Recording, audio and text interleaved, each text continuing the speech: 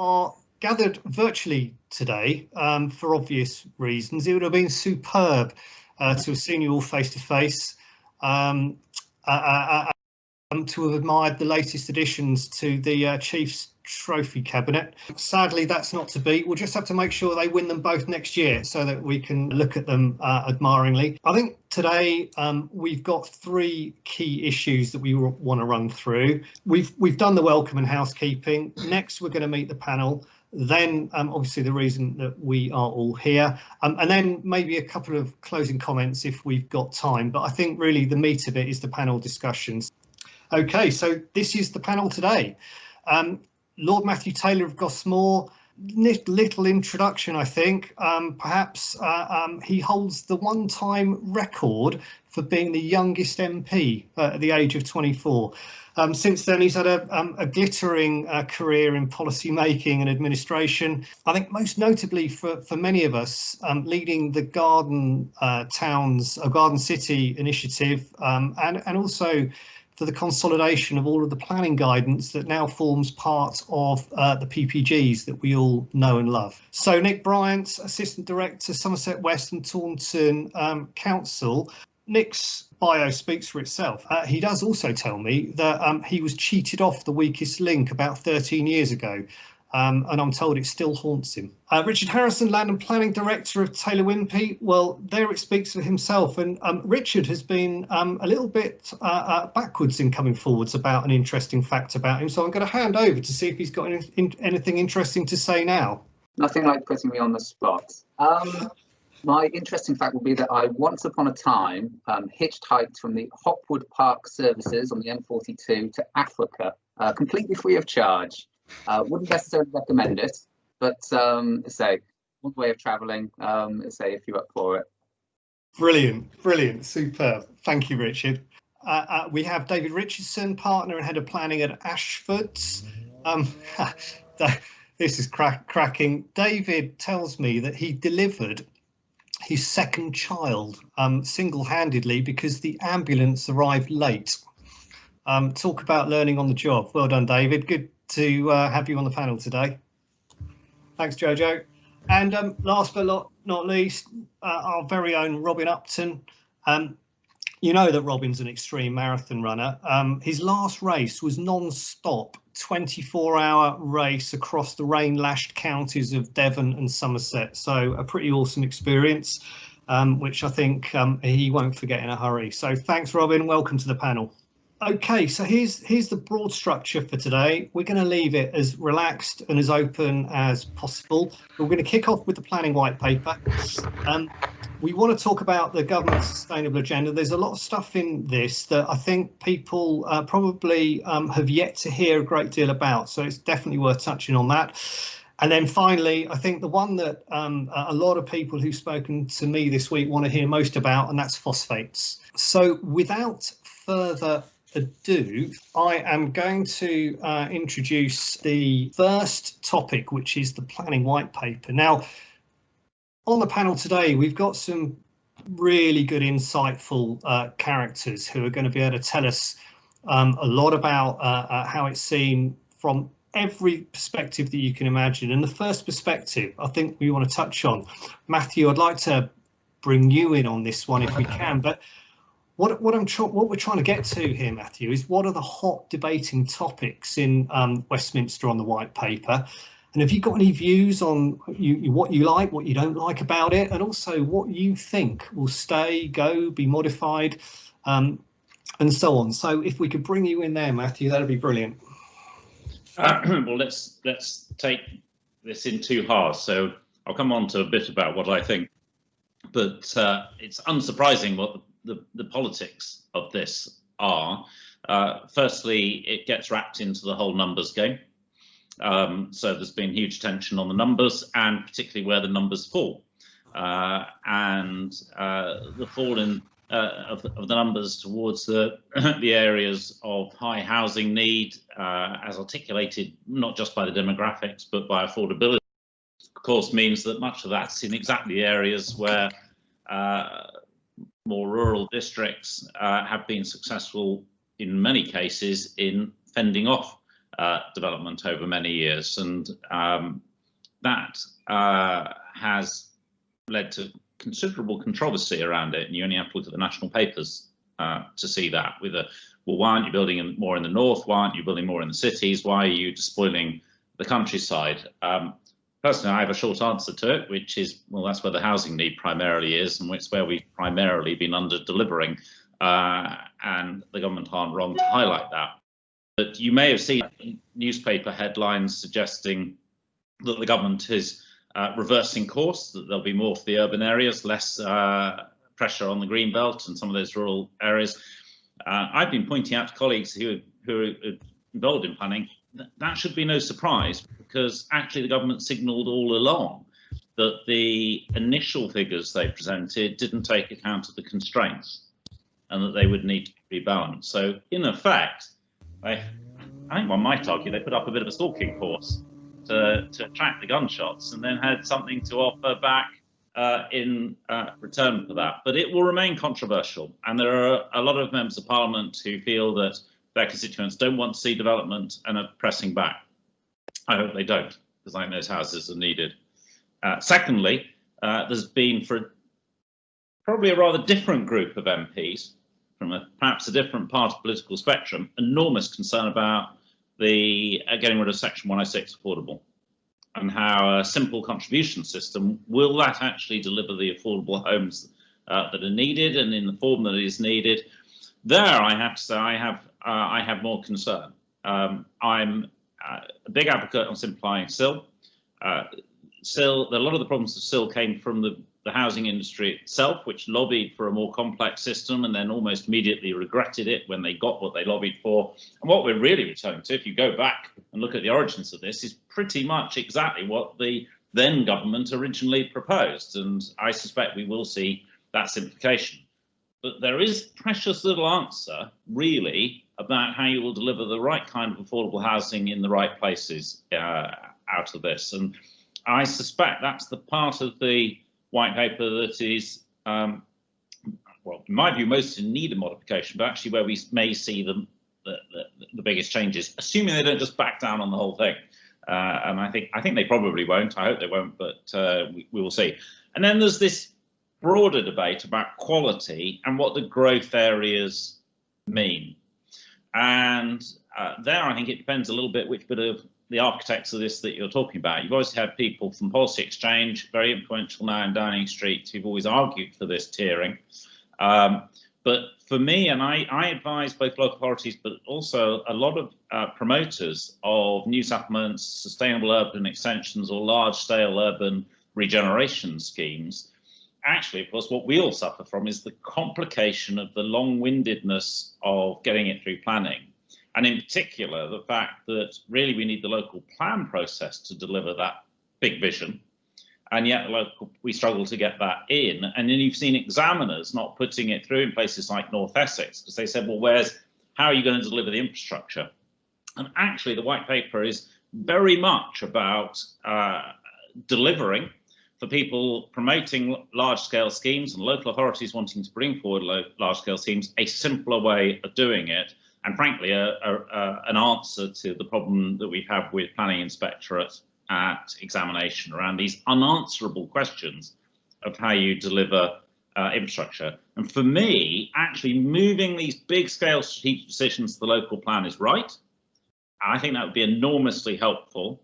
And I think too little attention has been paid to what's being said alongside that, which is that the local plan would, if you like, set the quality thresholds, the fundamental process of that it will have to be mixed use, that it will have to be well designed, but not going too far down the route of fine detail for projects that may be delivered over 10, 15 years. So I think there's a direct attempt to address some of the issues we've seen with large-scale schemes.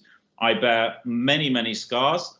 We still haven't built a single house at what was originally St Austell Eco Town, now Carl Clay's Garden Village. We hope to start in the new year, but that's I was first involved in working on that 2007-8. I'm still chairing the strategic partnership, and we've delivered employment, we delivered a road, but we haven't actually delivered a single home, and that I think tells you why there are some reforms needed. So the debate is around that, but not all of it, I think, well judged. Will the white paper roll forward? I think it has to, because otherwise we're simply not going to deliver the homes we need. Will it be tweaked? I think it's bound to be, but I think they've set up some things to step back from, and we're already starting to see this on the numbers. Yeah. Sorry, Matthew. I think that resonates really closely with the feeling that we have as planners. And at this point, I'd like to bring Nick Bryant in, if I may, Nick, and just for you to pick up perhaps on a couple of those points relating to the local plan process, the delivery of homes and affordable homes, and really to talk about perhaps if there's anything relevant you want to mention about skills and resourcing at local planning authority level, but also I think the nuts and bolts of what the planning white paper is seeking to achieve, and how you as a senior local government officer are seeing the challenge. Thanks, okay. Nick. Yeah, no problem at all. So, I mean, I think the first thing for me to say is that I think as a planning professional, I think it's really important and quite valuable to see the government reinforcing the importance of a plan-led system, as Lord Taylor's just said, because obviously we've talked about having a plan-led system for a very long time, but it doesn't sometimes feel much like that. Yeah. And actually, taking the white paper at face value, that does appear to be a genuine commitment being made. I think there's arguments about the price that's being paid in order to make that transition, but I think that's really valuable. I think around plan making as well, it's I suppose the two sort of key bits that I guess I've picked up on is in terms of, on the one hand, saying that we want to simplify the process for preparing a local plan, which is to be welcomed, but almost then the tension that's set against around front loading some of the work, whether that be around engagement, whether that be about the evidence base to inform those plans and policies, and particularly the strategic allocations that are made, and just how that tension might need to sort of play out, because certainly in my experience, I'm sure it's the experience of many people on this call, you know, the development planning examination process is often incredibly long drawn out, and we shouldn't sort of underestimate, I suppose, irrespective of the sort of streamlining that the government has got in mind, the fact that invariably there will need to be changes made through an examination process, and those changes will need to be subject to consultation and so forth before any development plan can be sort of signed off. I think it's helpful that some of the things that we've been asked as officers to do, certainly for probably the last 10 years, in terms of repeating national policy, we're being told we no longer have to do. I think some of the policies that we have in core strategies in particular, or strategic local plan policies, often add very little, because effectively the only reason we're allowed to have them is if they're in total conformity with the NPPF or national policy, and often that they scarcely put any sort of local on the application of those policies in a particular locality. And I think the other thing that is really positive is the added emphasis around design and quality of place, and some of these sort of sentiments have been expressed by government over a period of years, but we're now starting to see a little bit more evidence that's being backed up in policy, and actually starting to sort of reflect through in that way. In terms of the challenges or some of the sort of questions that this poses for us as a local planning authority, or for colleagues and peers, I guess it's really around capacity to deliver, and it's about the sort of skill sets, well, both capacity but also the skill set to deliver against that, because the implication of front loading some of this work is that we will need to do an awful lot more of the detailed work up front, and local authorities in general, but specifically planning departments, haven't necessarily fared terribly well over the period of uncertainty, so to speak. And I think just finally, if I may, just on the point of actually 2 more points. One point on housing delivery overall. I think I would say that yes, as proposed, if the white paper and the standard method as proposed were to be brought into effect, that would present some considerable headaches for many councils, particularly in the southwest, because we would be going back to the sort of level of housing that was proposed within the Southwest Regional Spatial Strategy, and I would be concerned that for my area in particular, that those figures were likely to be sustainable over any period of time, and our ability to deliver, quite apart from our ability to identify the sites to meet those requirements. And then the last point I will make, just on the affordable housing point, is very much to echo Lord Taylor's comments about that's really an area that I do feel incredibly uneasy about, because put very simply, I would worry about how far commuted sums will go to delivering the affordable housing that we desperately need and in the right areas. But those are just a few thoughts for me for now. Perfect, thanks, Nick. Well, we can, if it helps, we submitted a whole load of call for sites to you, so there's plenty of opportunities in there. Just you know, have a look at some of them. What I'd like to do, I'd like to bring in Richard and Robin, because Lord Taylor and Nick have mentioned here about the role of the development industry, and about this quite significant challenge that planning authorities are going to face in preparing a local plan in 30 months. What with all of the other things that they're being asked to do, and it's really just to try and understand what the industry's thinking, Richard, about that, and about what role you think you can play. Is it more of a collaborative role with planning authorities? How about things like viability and determining detailed layouts and drawings and access points and all of the kind of evidence base that you might submit as a part of an outline planning application? Will you be able to bring that forward to the allocation stage in a local plan preparation? Thanks, Robin. I think the white paper thrust is clearly towards a front-loaded system. So you'll start with a process effectively of, once your plan is made, your permission is available, and that's your outline consent in principle. For developers, what that's going to mean is an awful lot of very early, potentially abortive costs to ensure that the site is deliverable, and you get all your technical information in place. Now, what that actually will mean is all of that work will just have to start sooner. So you'll be in a position of effectively having additional time, additional cost right at the very earliest stages to ensure that your schemes do come forward as planned, frankly. Now, that does have a little bit of issues in terms of risk for developers, because obviously that's time and effort and work and cost potentially before they're even submitting an outline application. And there's also a little bit of tension there between putting all of that information and all of that work at that time, but also with the aim of trying to streamline and speed up the plan making process. If effectively what you're asking your plan to do is to provide an outline consent for your entire housing requirement at that point, that's an awful lot of work to be done for a local authority by all of your applicants and developers in a 30-month timescale. So whether or not that's deliverable or not, I think devil remains to be seen, really. It's devil's in the detail there. But yeah, the general thrust of having a front-loaded system, I think, something that most developers would support. But say it does mean that all of the say cost and time will have to be spent at a very early stage. It's not something that you can dip into at a later point. Okay, Richard, thanks for that. Matthew, you had your hand up there. Do you want to come in?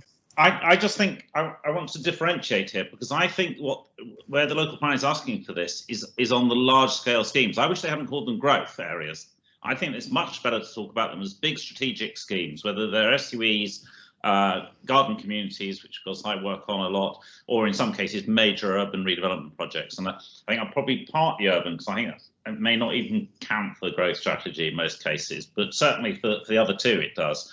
And in that context, I work on many of these around the country, and in order to promote them, they have to go through the local plan, because they're at a scale that has to go through the local plan. And the people who are putting them forward have typically got big teams working on the design. They will have a master plan. They will be talking about the range and mix of services. And to me, actually, what happens is you go through that process, then it's challenged by the examiner on viability, and the whole thing starts to get unwound on, frankly, unrealistic questions about how you're going to deliver infrastructure in 20 years' time with government grants that the government's not even decided on yet in any event. But also, then, of course, through land sales, transfers, all the rest of it, actually what's delivered very often, there's huge pressure to do something rather different from what was originally promoted. And the aim of this really is not to ask people to do the work twice, or even to do an enormous amount more early on. It's to take that proposition that is typically presented early on and put it in policy terms, where if you promised 3 schools and a shopping centre and this parkland, that's what you're going to deliver. And to me, that is actually a really important process of certainty, because in every scheme I work on at the moment, people simply do not believe that what they're being offered up at that early promotion stage is what they're actually going to get. And let's be blunt, I have sat in a number of meetings where QCs have said, we'll offer this, but of course you don't actually have to do it.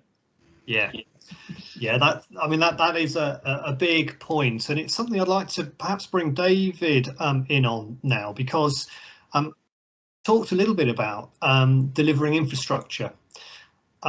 Our experience when we go and talk to communities is, well, where are the schools? Where are the doctors? Where's all the social and community infrastructure that's coming alongside your big strategic scheme? They're the things that concern many communities, traffic and other things as well. But David, we're talking about big changes to the way that type of infrastructure is going to be delivered. We've got thinking, well, the white paper is talking about a nationally set value-based flat rate charge, payable on completion. It's supposed to be simple, flexible, because it can adjust to the market. But the problem is getting the balance right. Too low and it doesn't deliver the infrastructure, too high and it chokes development. And it's actually payable on completion. So the development is complete, but where's the infrastructure? So local authorities are going to have to, like Nick's, are going to have to borrow against something that might or might not happen in the future.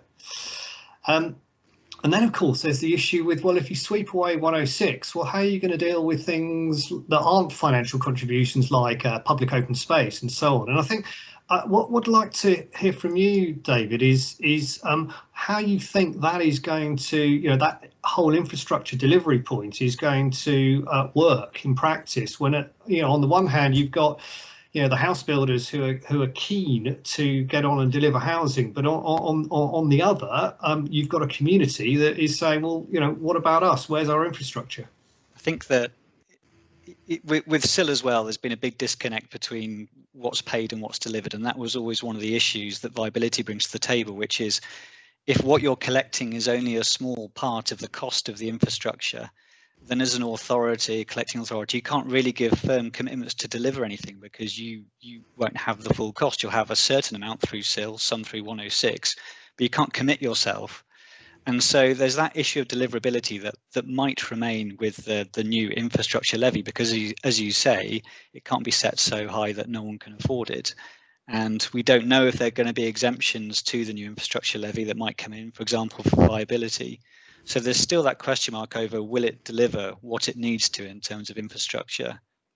I'm not entirely sure how you fix that disconnect between local communities and development. I think some developers have tried to publicise more what they've brought to the table in terms of 106 contributions, whether signs on site or on their websites, but people don't really engage with that. And it's not necessarily that easy to find annual monitoring reports that tell you what an authority's been spending SIL on.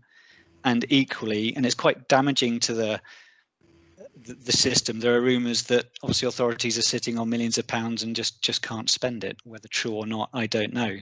But you're right, I don't see anything in the white paper that directly addresses that gap between the collecting the money and actually delivering the infrastructure, which I suppose would be one of the concerns of it. Forward funding might, And that's one of the reasons Milton Keynes worked so well. It essentially had a banker involved there that forward funded that infrastructure.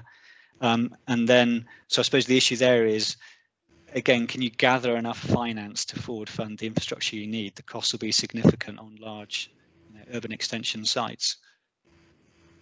Yeah, thank you, David. That's interesting. Robin, I'd like to bring you in here very quickly if I can. We'll probably wrap up on, I mean, we could go on probably all day on the white paper, but we've got other things to talk about. But Robin, I'd just like to get your thoughts really on this whole thing about the delivery of market and affordable homes and the infrastructure levy, and how you envisage it working in practice. We know the plan making process is under pressure. We know about the timescales that are going to be introduced. What does the development industry have to do in order to deliver homes and actually make that contribution to the community? Sure. Well, it looks to me fairly obvious that essentially the paper is trying to get more of a contribution from the landowner or the land value towards the public purse. And in a way, it reminds me of the Shinfield viability decision, where the sort of public benefits were creeping up and up and up, and the land value was creeping down and down and down. And in that particular decision, it was felt that there should be an equal split between benefits to the public and benefits to the landowner. So it's sort of getting to that sort of point. I read in the paper that there would be a maximum threshold, but that's not defined how that would be calculated. And in terms of affordable housing delivery, somehow the paper thinks it's going to increase the amount of affordable housing on development sites. Effectively, it seems you will be able to get credits for delivering affordable housing on site to reduce the new national CIL liability. So I think that's the sort of mechanism for dealing with the affordable housing. Obviously, as David said, there needs to be a balance between providing for infrastructure, affordable housing, but the tariff needs to be low enough to incentivise landowners, and that's always been a key part of the viability conundrum. So it will be interesting to see how they go about measuring how high the CIL rate should be on a national level. Obviously, there's regional fluctuations. You've got brownfield sites and greenfield sites where viability would be very different. It'll be interesting to see how they're going to deal with that. Interestingly, there could be another rush to obtain planning approvals under the current CIL regime if it turns out that the current regime is cheaper than the national one. So that there might be a scratch to get permissions over the line as soon as possible. But I think in general, just summing up, I think anything that's simpler is obviously going to be beneficial. And dare I say it, the devil will be in the detail. Can I just chip in there, Simon, just very quickly, just to address 106? I don't think it's actually intended 106 will be completely got rid of. I think it's alluded to in the footnotes of the white paper, and it's come across in some of the presentations that have been given on the white paper. So I think the intention is 106 will remain to deal with some of the knottier kind of very site-specific issues. Okay, that's a really helpful clarification. Thanks, David.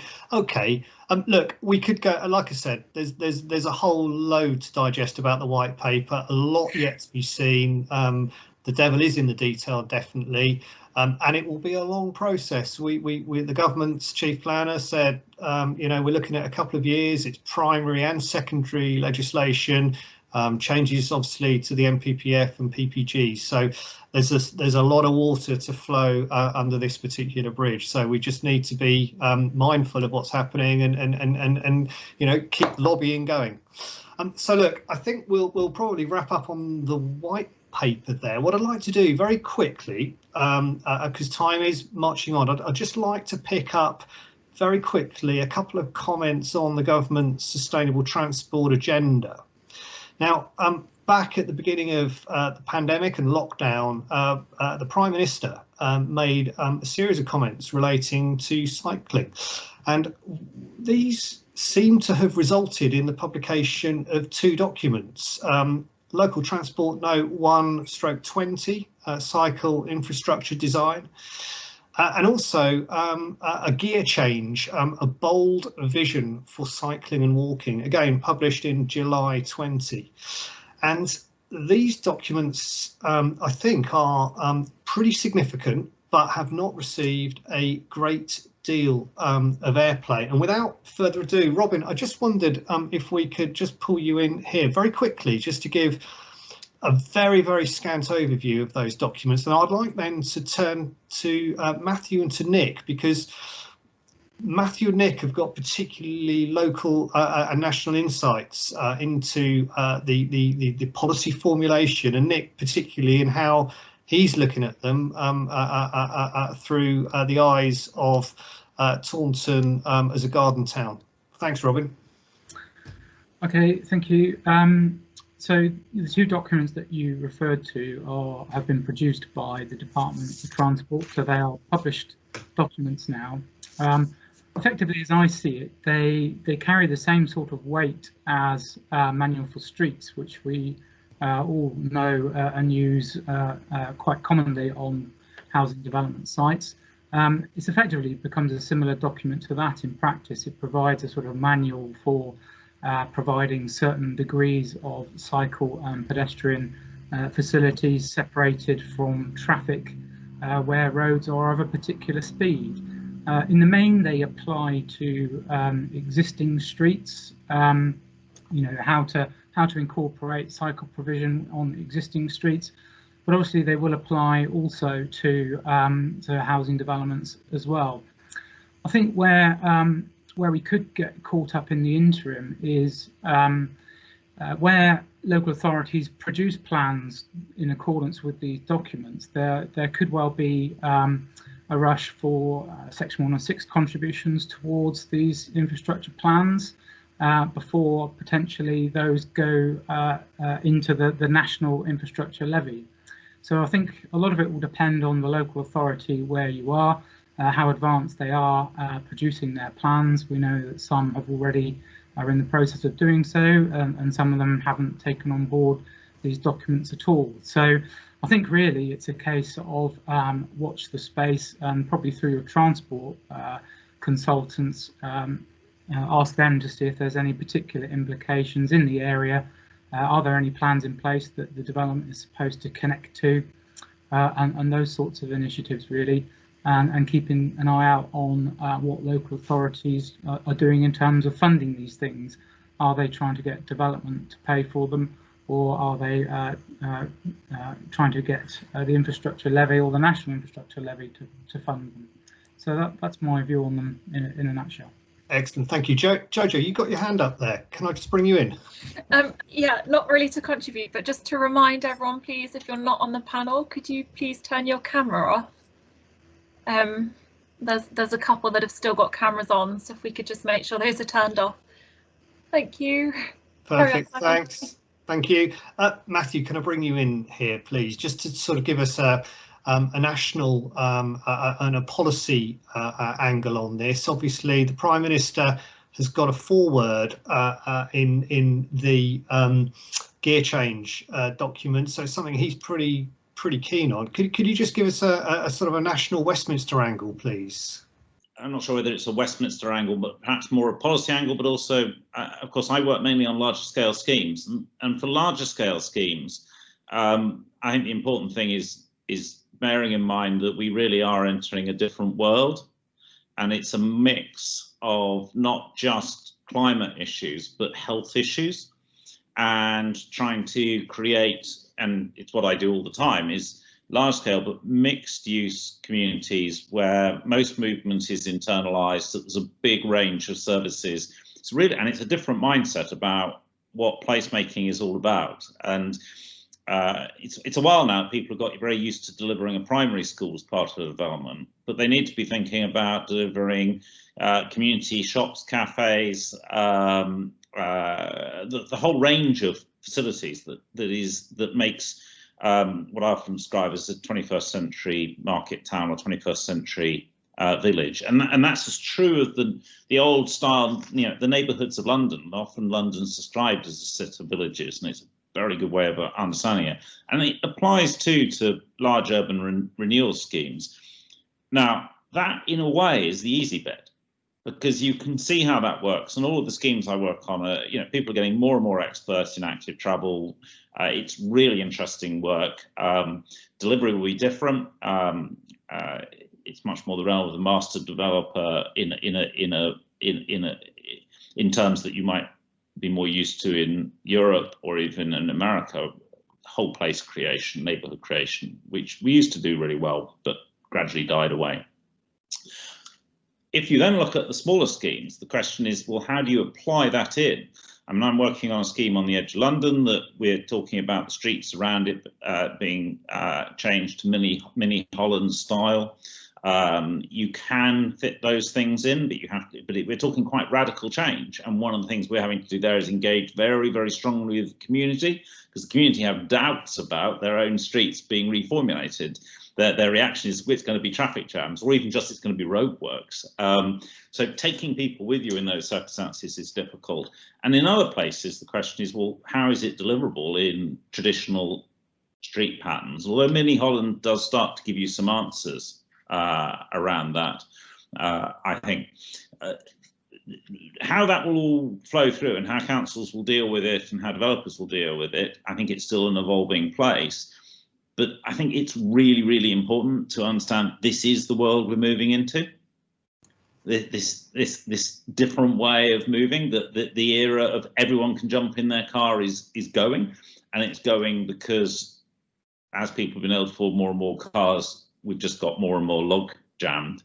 And in particular, I think the era in which you could build a substantive estate on the edge of town with no facilities and say it was sustainable because it was quote unquote walkable into the centre, but actually nobody ever walked, and it had no facilities within it, and in reality it wasn't really in any normal person's walking distance, and the school anyway that you had to go to was the other side of town, and the workplace was somewhere else again, and so on. I think that era has changed. So although there's, I think, a lot of hands going up, how do we do this?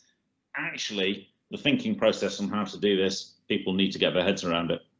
Yeah, absolutely. And I think I'm going to bring Nick in very quickly here, Nick, if we can. But Nick's authority is having those particular challenges you talk about, Matthew, about big urban extensions, how they connect in with the centre, how sustainable they truly are.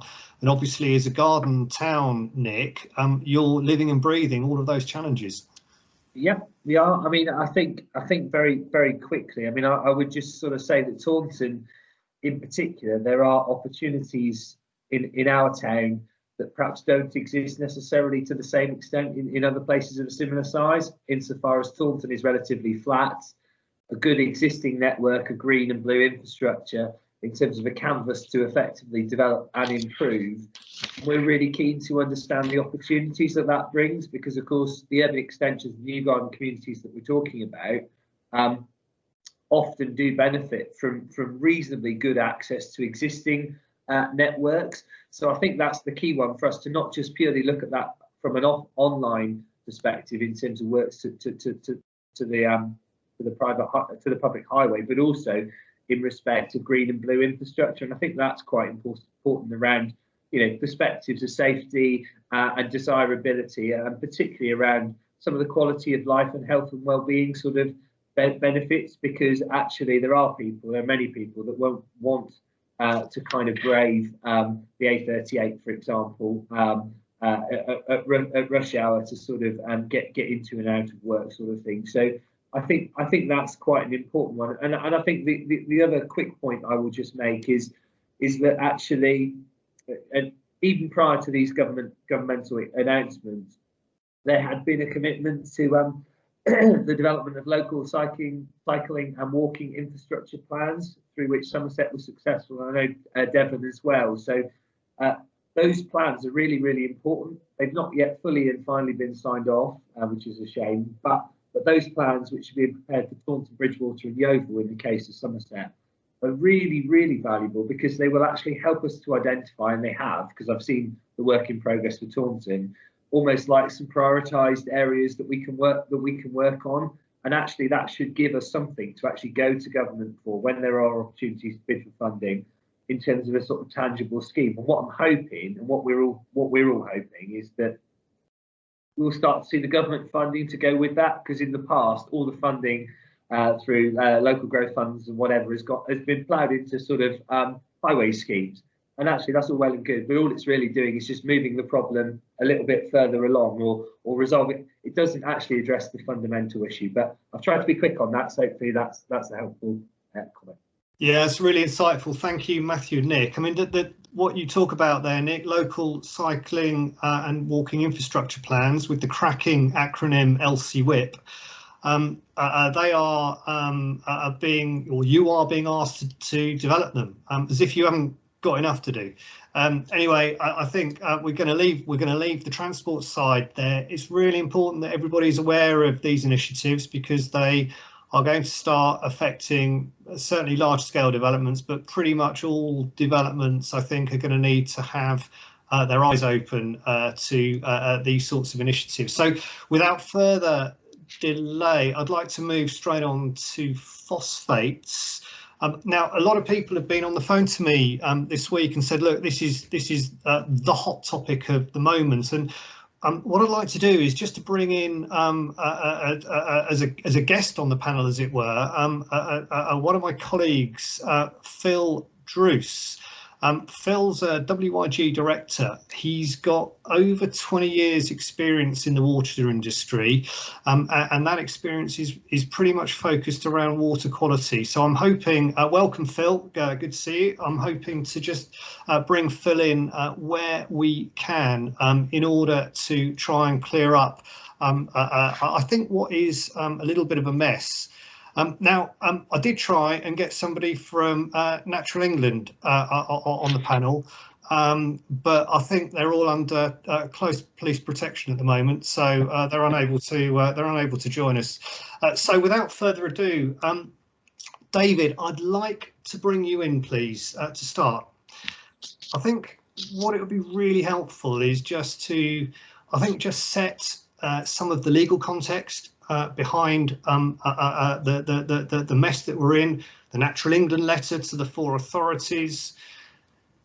I think actually trying to understand something about the classes of development that are affected: commercial, residential. Does it affect reserved matters and prior approvals? And there is a cracking question that Andrew Kitchener asked me a week ago, and that is, can councils just grant planning permission, but with a Grampian style condition relating to mitigation? Now, there's loads there, so I'm going to hand straight over to you. Thanks, David. No, that's fine. I'll try and summarise the Habitats Regs 2017 in 30 seconds, if I can. But that's slightly difficult. But there's some key points to note along the way. And the first point to note, and it's part 6 of those regs that we're looking at, is that it's a duty on local authorities. So I know for the developers dialing in, it feels like your application and your permission, but the duties that we're going to talk about are on local authorities, which is why I suppose control of that process feels a little bit out of your hands. The other point to remind ourselves is that there's a screening stage in appropriate assessment. So appropriate assessment is just what you do to try and work out what the likely significant effects are going to be from a habitats perspective. And like EIA, there's a screening stage.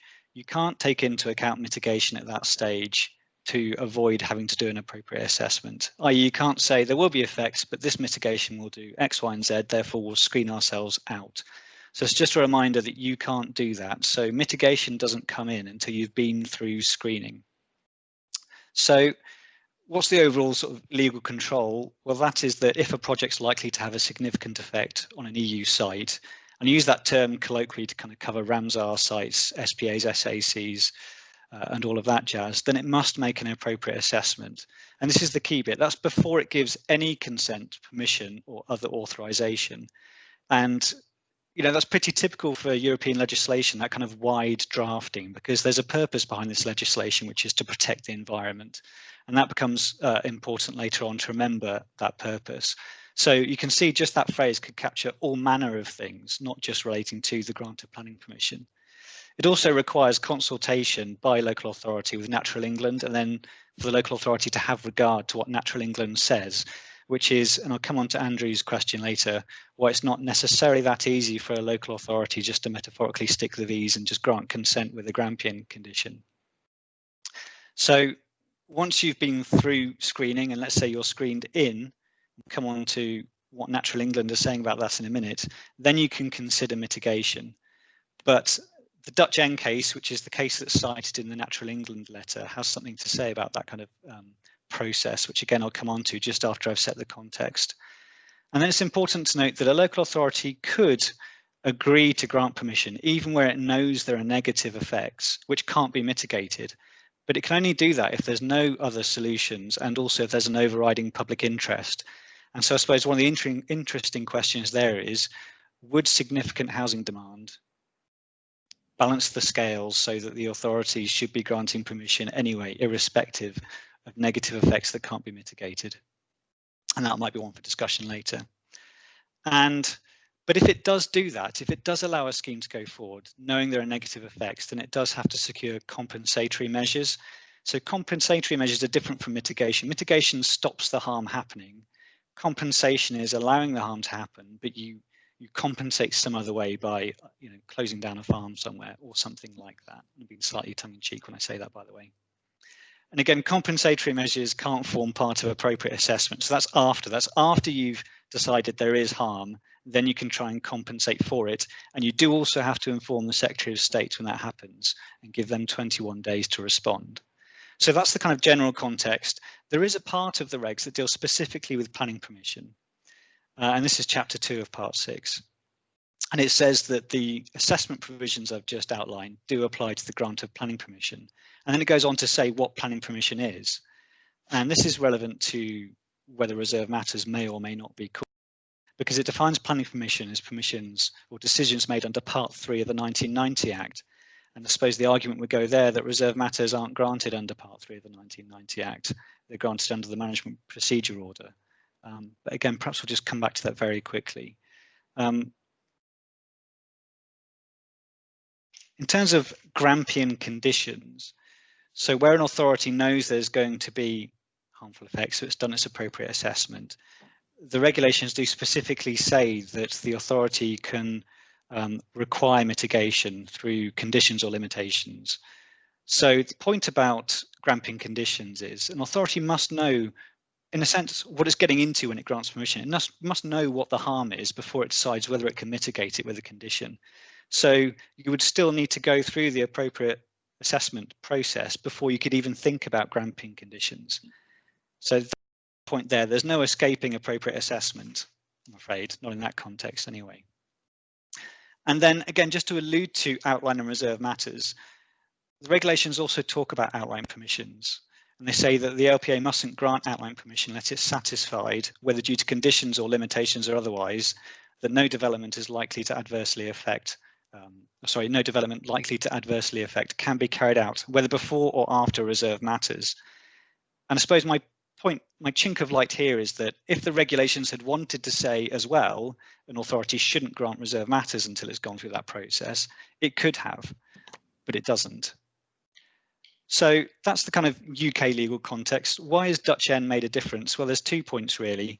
The first is what can be taken into account in terms of mitigation. And the second is what bar are we trying to get over? How likely does the mitigation have to be effective, or how likely is it the mitigation will work? And the first point is that the European Court of Justice judges said that assessors should not take mitigation into account if the expected benefit of those measures are not certain at the time of assessment, which is a higher bar than we were currently used to. So it's requiring certainty as to mitigation, and that's causing eyebrows to be raised. And I suppose the most useful quote from the case is, and it's talking about Habitats Directive here, which is what we've implemented in UK law in the Habitats regs, but essentially they are one and the same for the purposes of this quote. And the quote is, the directive must be interpreted as not precluding national legislation which allows the competent authorities to authorise projects on the basis of appropriate assessment. That is so, however, only insofar as a thorough and in-depth examination of the scientific soundness of that assessment makes it possible to ensure that there is no reasonable scientific doubt as to the absence of adverse effects. So again, it's requiring a high degree of certainty. So as Natural England interpret that, they say that authorities and appropriate assessments must rule out any reasonable doubt as to the likelihood. And again, the other overarching point to take from Dutch N that Natural England are adopting is that where you already have a bad situation, and I'm paraphrasing here, then it's pretty likely that any addition, in this case of phosphates, is going to need appropriate assessment because you're already in a bad situation. Therefore, it's hard to see a kind of workaround from a developer's perspective when authorities are receiving that kind of information from Natural England. So in terms of what developments are effective, well, actually, it's not a closed class. What you see in the letters from authorities and Natural England are the types of development they think will add phosphates into the system. So that's residential because of wastewater, it's agricultural, anaerobic digestion, possibly commercial. I mean, Natural England seemed lukewarm about commercial.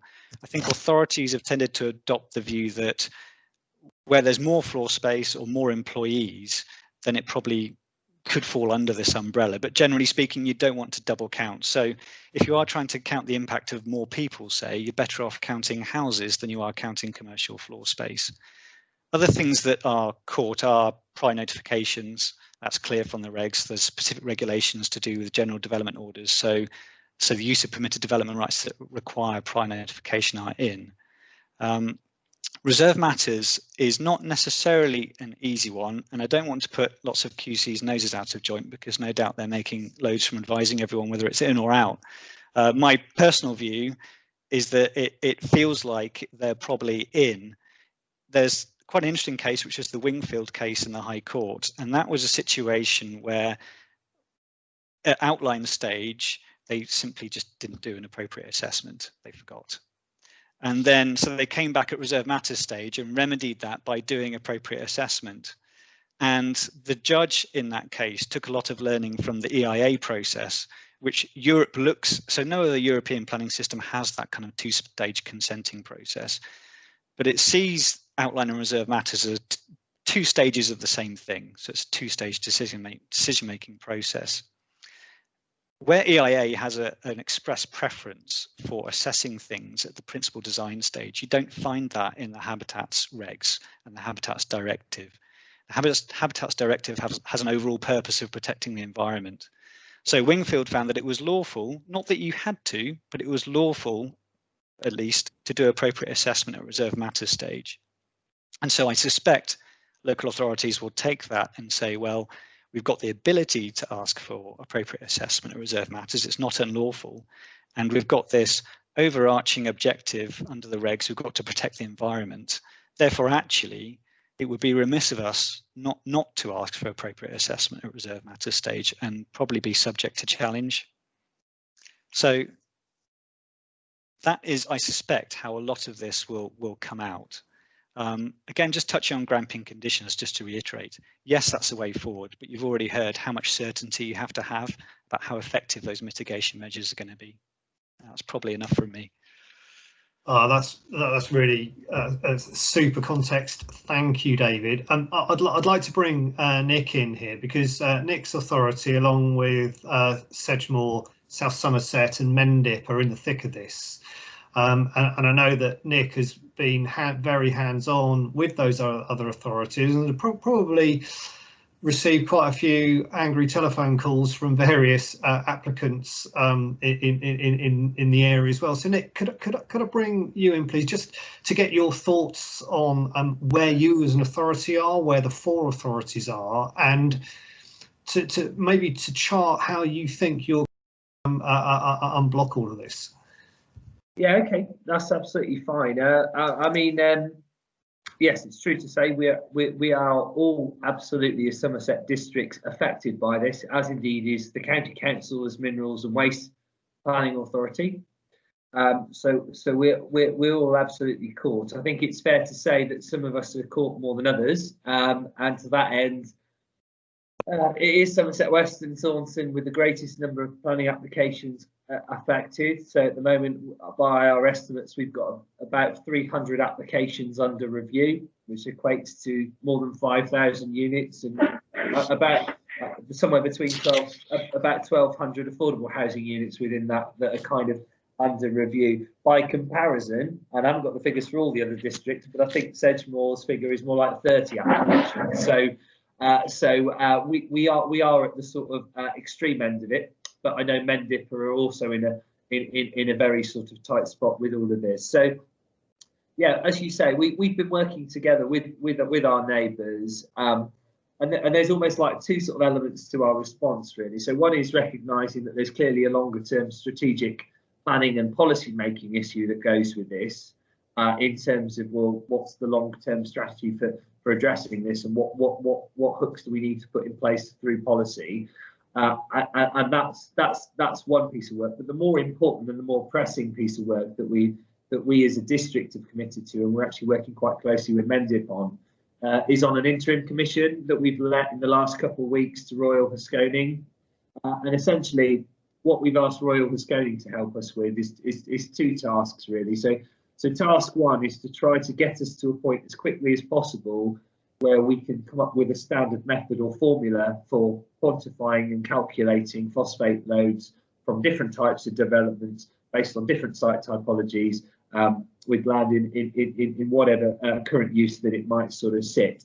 And those of you that might have done any sort of background reading will see that similar sorts of methodologies have been developed in other parts of the country that have faced similar challenges, like the Solent in Hampshire, but also Stodmarsh in Kent and various other places. So that's part one, and that's obviously going to be incredibly valuable to applicants because it will help to kind of establish a bit of a baseline about how do we actually assess, well, what difference will my scheme make in terms of this problem overall.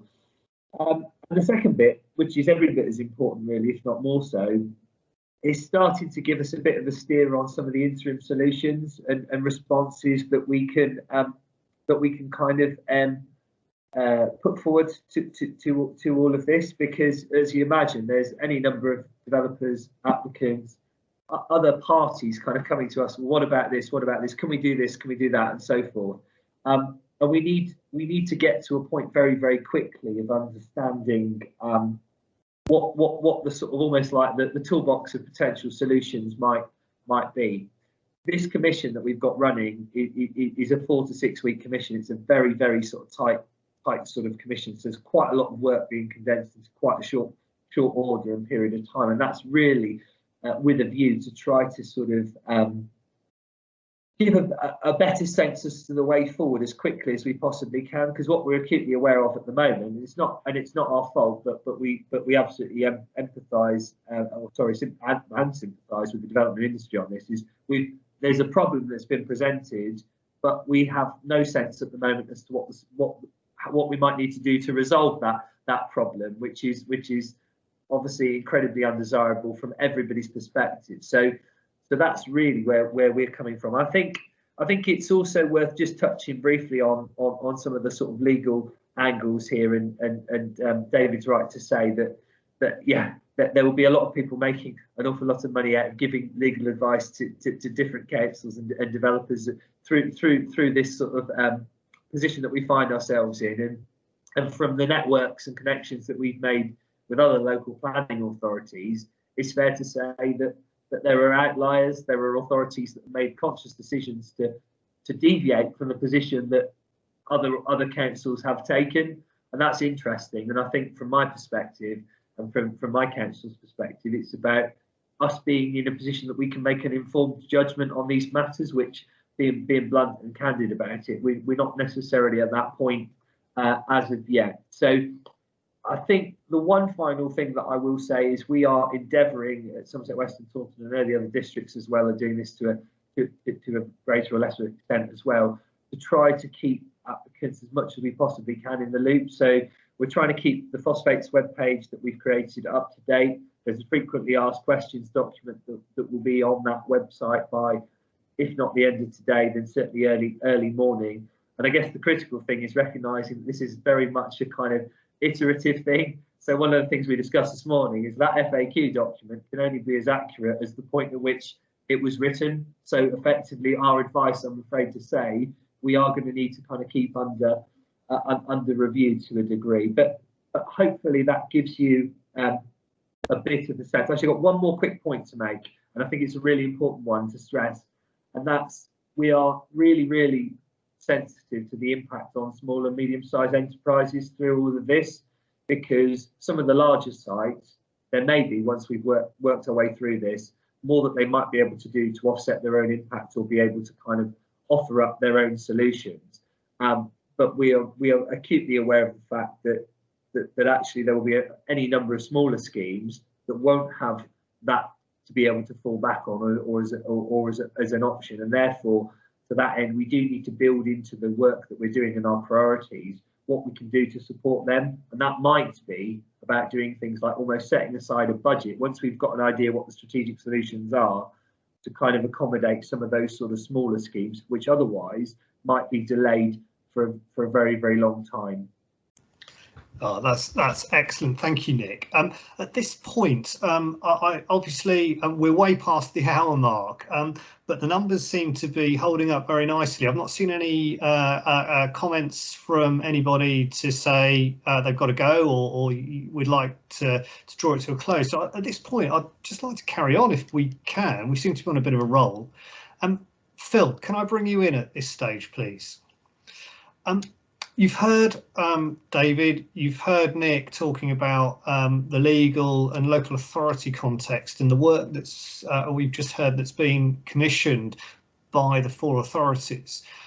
Could you just give us an insight, please, from a water industry position, how you kind of see the problem and how you would go about addressing it if you were maybe advising a developer or maybe a group of developers?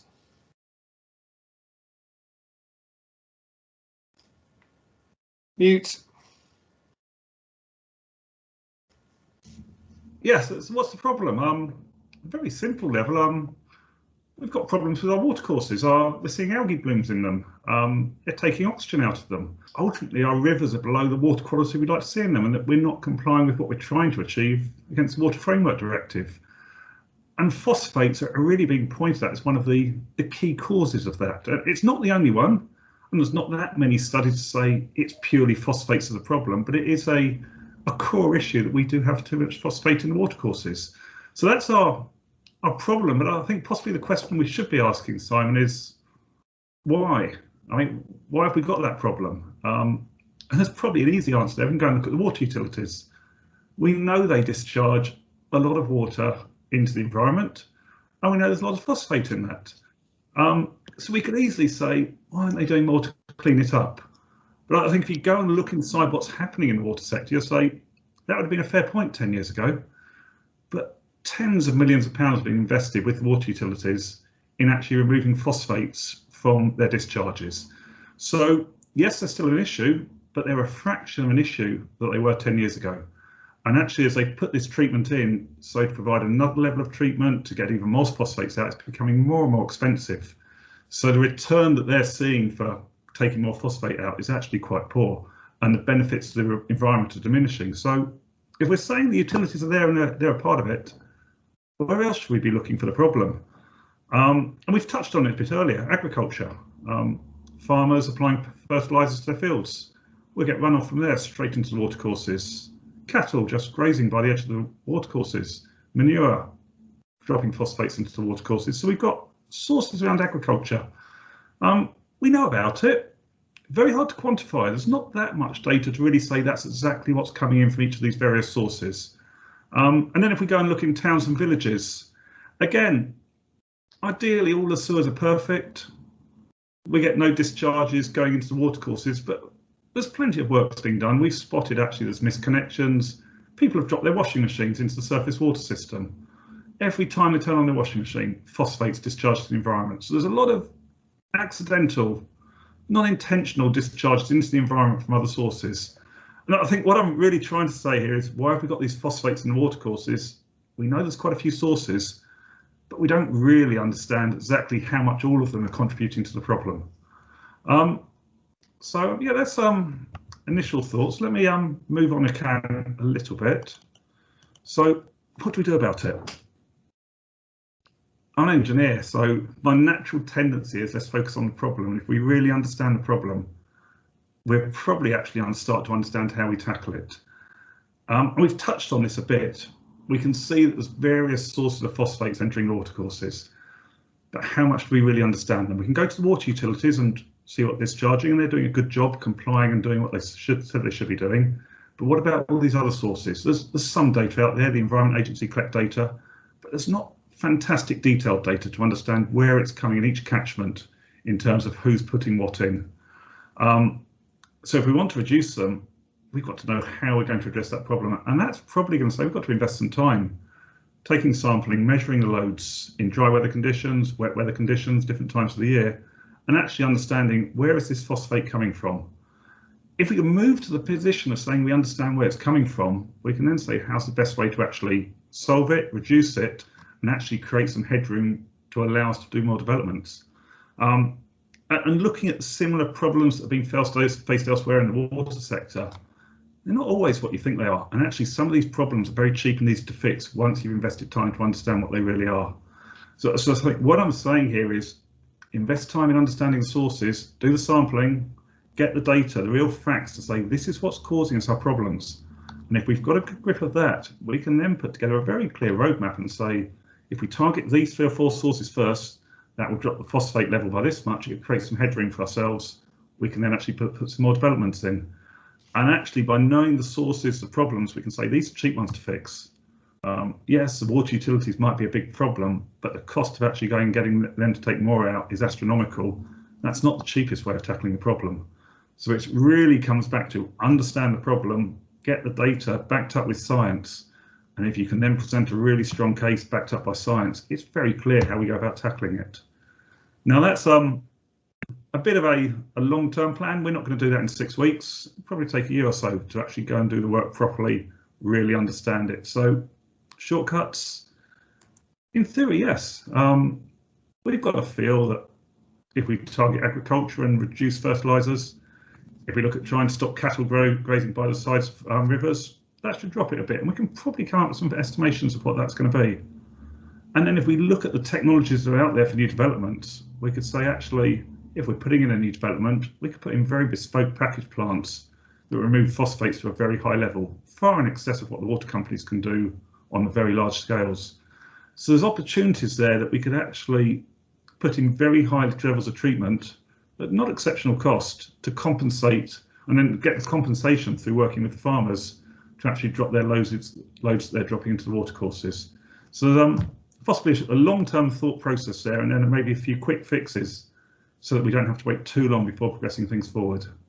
Philip, sorry, can I just butt in and just quickly ask, kind of on behalf of the developers, how easy is it to extract water, phosphates from water? And the on-site plants, Natural England don't seem that keen on them, to which my view would probably be, well, if the mitigation works, there comes a point where the regulator needs to back off a little bit. But how easy is it to deal with things on site?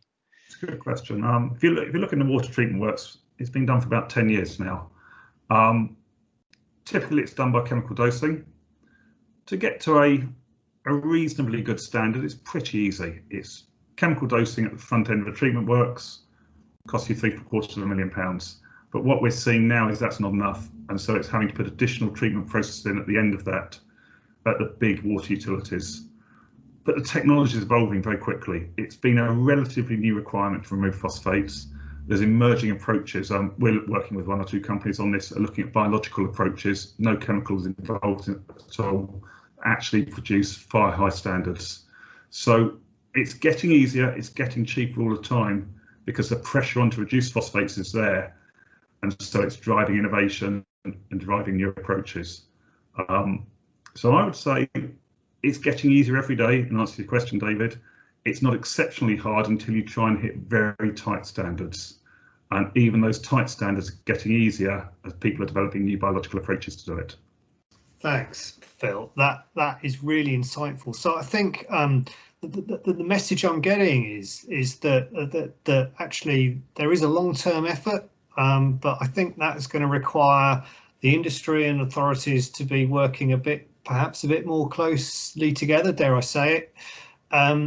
But there are opportunities for individual developments, and I would have thought that we're looking at on the larger scale, Phil, here, are we, to cover the costs that you're kind of talking about. Clearly that won't deal with the SME builders that Nick was talking about. So I think that the challenge lies in is unlocking those interim solutions while having an eye on the bigger picture. We're not going to get, it's a fact, we're not going to get farmers across the levels to implement radical change at this point. But if I could bring in Matthew at this stage, because one of the things that the industry has been a little bit hot and cold on, in my opinion, is effective lobbying and representation to government. And I'm just keen, Matthew, if you can just give us a bit of an insight as to how high a profile Phosphates has in Westminster and the Lords in policy making terms, and how sensitive and supportive are ministers to actually Natural England's position, or the developers, or where are things sitting? Well, if you took the specific example of the levels, of course, the profile's pretty low. You're going to get individuals raising it because they've got the local interest, but that's as far as that will go. I think there's two things I really wanted to say about it. One is there's a risk of being seen to be Canute-like, trying to stop the tide coming in terms of environmental action, and I don't think that's going to happen. I think the idea somehow, look, we've always done this, we're going to get on with it, people are stopping us building houses, it's not really that big an issue, is it? That's not going to work. So if you get on the wrong side of this, I think you're just kind of pushing against history, pushing against the tide. I think what the industry really needs to do, in fact, and the industry in this context, much local authorities who need, after all, to deliver homes and development and renewal, as it's not just the private sector that's got that interest, is working through. And you've just heard, Philip talk about it. What is the best way to deal with this? Where do the issues lie? Understand it and then tackle it. And then what is the contribution that developers would appropriately make to it? But the other element that I wanted to flag is actually innovative thinking. I was for a long time a director at South West Water, and we pioneered what we called upstream thinking, which was, instead of putting expensive plant in and equipment at the end of the pipe to take out the things you didn't want in it, was to actually spend money helping people avoid putting things in it in the first place.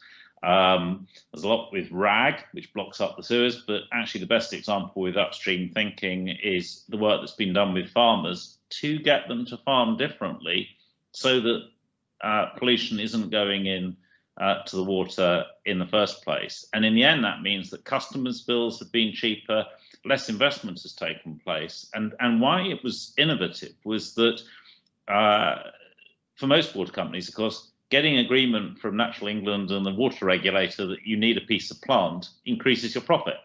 Because once you persuade them that you need something to tackle a problem, you're then allowed the capital to do it, and you're allowed to make a return on that. And South West Water didn't do that. We actually proposed something that was cheaper. And for a long time, Ofwat said it's not our business, it's the Environment Agency. This shouldn't be water companies. This is somebody else's problem.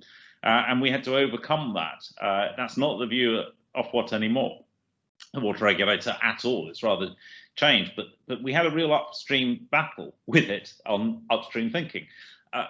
But the reason that South West Water did it was that our bills were too high and unacceptable to customers.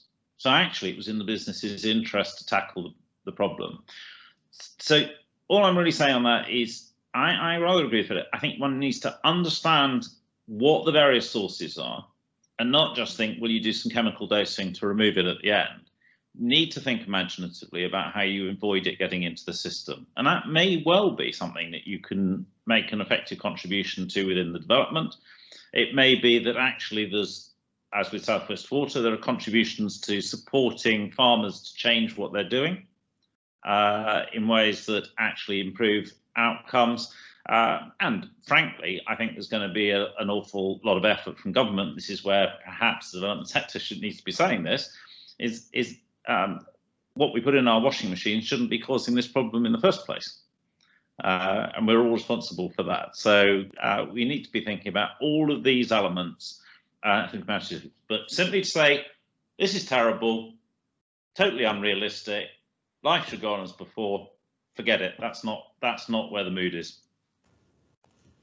Excellent, thank you. And I think you know, we're sensing that this is an issue that's going to repeat itself across the UK. We've seen it in Poole Harbour, the Solent, in Kent, in some of the tributaries of the Severn in the West Midlands. It's now in Somerset. We hear Chichester Harbour is next, and you know, it will keep going. And so, you know, there must be a national desire, given Boris's build programme. There must be a national desire to try and resolve a bigger picture solution. But at this point, I just want to bring Richard in, if I may. Richard, from what you've heard today, and from what you know at the sharp end of housing acquisition, housing site acquisition, planning applications and delivery, how is this going to affect Taylor Wimpey's acquisition and development programme? Well, it has quite a significant impact in the short term. So Nick very helpfully illustrated the type of numbers that even just in his authority they're dealing with of applications which they cannot determine at this point in time. And we've all spoken about how some larger sites, so sites that Taylor Wimpey might be involved with, have the potential to deal with the compensatory measures on site, whether that's through wetland planting and reed beds, or whether or not it's a more sort of engineering-led solution. Larger sites have a greater capacity to deal with it. It's the smaller schemes, anywhere between, you know, really 20 and 200, are going to have a real problem in actually sort of trying to give this mitigation, this compensatory measures. And until there is some sort of strategic off-site solution, they are going to be stalled. Now, what that will probably mean is that if you're looking for an immediate site, or if you want an outlet in the next 12 to 18 months, it's not going to be in those authorities. You're going to have to invest your money where you are able to get your applications determined so you can start development on sites. Now, that's not to say that developers won't want to work with authorities, because lots of us already have commitments and investment in the areas that are impacted. But if you want to, you know, continue building, and if you want your new site in a new location, chances are it's not going to be, say, in an area that drains the levels over the next 12 to 18 months. So it is a real problem. And say the sooner that we get some sort of strategic solution, the better for smaller schemes. And I think from Natural England and developers and local authorities' point of view, we all need to work really closely together to try and find some sort of on-site solutions for the schemes that can deliver on-site solutions.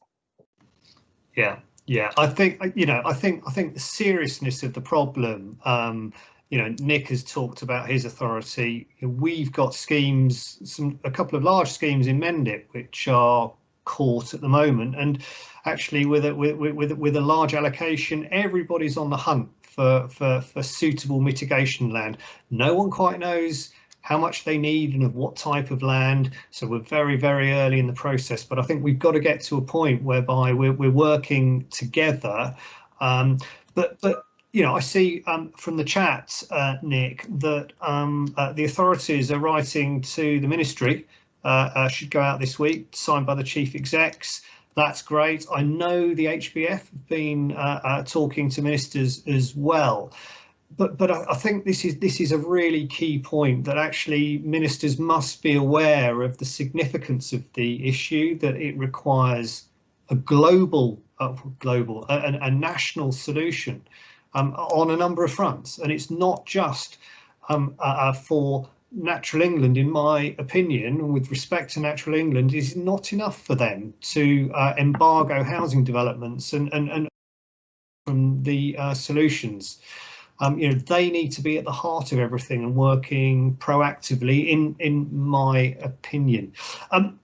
I think, look, we could go on. We're now an hour and a half in, and I'm probably thinking that we might draw things to a close. Could I just, before we do though on phosphates, could I just have a spin round the panel? Robin, we've not brought you in at this stage, but as a coal-face practitioner, you've heard a lot today. What are your thoughts on the next steps, the way forward, and how we as an industry need to be responding to this? Thanks. Yeah, well, I mean, obviously it's working with the local authorities to look at a strategic level fix, but at the sort of micro application level, where you can produce a neutrality document. So a document effectively says, if you do X, Y, and Z, the discharge from the site will be phosphate neutral. Technically, the local authority could approve your appropriate assessment and grant you planning permission as things stand, even without a macro answer. The issue is that when we, as was alluded to, when we put forward, for example, packaged treatment plants that do show neutrality in phosphates, Natural England are just dismissing them and just saying, well, that's not an appropriate solution. So there is that sort of loggerhead, which Natural England in other topics also seem to do, where they just dismiss the mitigation before them, despite the sort of technical solution showing neutrality. So I think that requires maybe a bit of local authorities leaning towards the developer's angle if they've produced such a document, because they're the approving authority, and we have seen in sort of Portsmouth and places authorities granting planning permissions despite what Natural England might say about mitigation measures. So it can be done. It's still a relatively early stage, so we've got to see how it pans out, and hopefully solutions will present themselves sooner rather than later. Thanks, Robin. And there's a couple of comments on the chat about the farming industry, which I think are pretty pertinent. The authority that Robin was talking about, incidentally, for those who don't know, Portsmouth City Council decided rather ingeniously, if they would call it ingeniously anyway, that if you were to pay them huge financial contributions, they would grant you planning permission, and they would use those contributions to upgrade the flush systems in their social housing portfolio. So they got a free wodge of housing upgrades in return for the grant of planning permission. So well done them for thinking out of the box. I think we're probably going to draw things to a close. So I would just like to say just a couple of things. Firstly, thank you so much to all of our guests out there for joining and listening in and contributing through the chat, and for all of the questions that you submitted through to us at the top. But really, thanks must go to the panel. What a fantastic group of professionals and advisors. Thank you so much for your time today and your insightful contributions. So we hope to see everybody in the flesh at Sandy Park next year for a bacon butty and just to pick up some more hot topics. So it just goes for me to say thank you everybody for joining this year, and it's great to keep in touch with you all, and we look forward to continuing to talk over the coming 12 months. So thank you everybody.